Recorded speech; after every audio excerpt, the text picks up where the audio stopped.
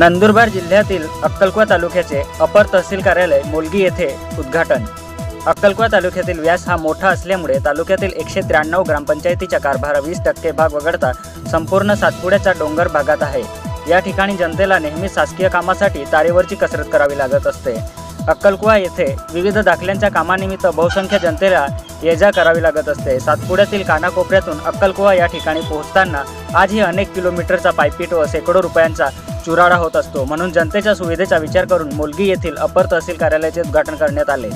अक्कलकुवा विधानसभा मतदारसंघाचे आमदार आमशा पाडवी यांच्या हस्ते उद्घाटन संपन्न झाले। यावेळी प्रमुख पाहुणे म्हणून नाशिक आयुक्त डॉक्टर प्रवीण गेडाम, नंदुरबार जिल्हाधिकारी मिताली शेट्टी, उपजिल्हाधिकारी अनाई नावदर, प्रांताधिकारी एस पवन दत्त, अक्कलकुवा तहसील विनायक घुमरे, मोलगी अपर तहसीलदार रवीश सतवंत आदी मान्यवर या ठिकाणी उपस्थित होते। या प्रसंगी उपस्थितांनी ग्रामीण रुग्णालय मोलगी या ठिकाणी भेट देत पुढील कामकाज पूर्ण केले।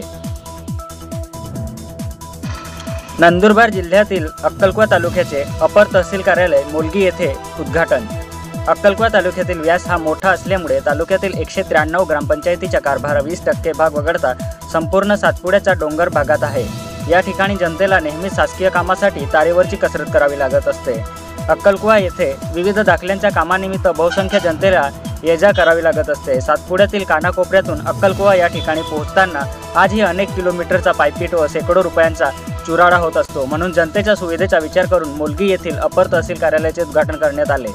अक्कलकुवा विधानसभा मतदारसंघाचे आमदार आमशा पाडवी यांच्या हस्ते उद्घाटन संपन्न झाले। यावेळी प्रमुख पाहुणे म्हणून नाशिक आयुक्त डॉक्टर प्रवीण गेडाम, नंदुरबार जिल्हाधिकारी मिताली शेट्टी, उपजिल्हाधिकारी अनाई नावदर, प्रांताधिकारी एस पवन दत्त, अक्कलकुवा तहसील विनायक घुमरे, मोलगी अपर तहसीलदार रवीश सतवंत आदी मान्यवर या ठिकाणी उपस्थित होते। या प्रसंगी उपस्थितांनी ग्रामीण रुग्णालय मोलगी या ठिकाणी भेट देत पुढील कामकाज पूर्ण केले। Suhas Wadvi, news time, Tapi.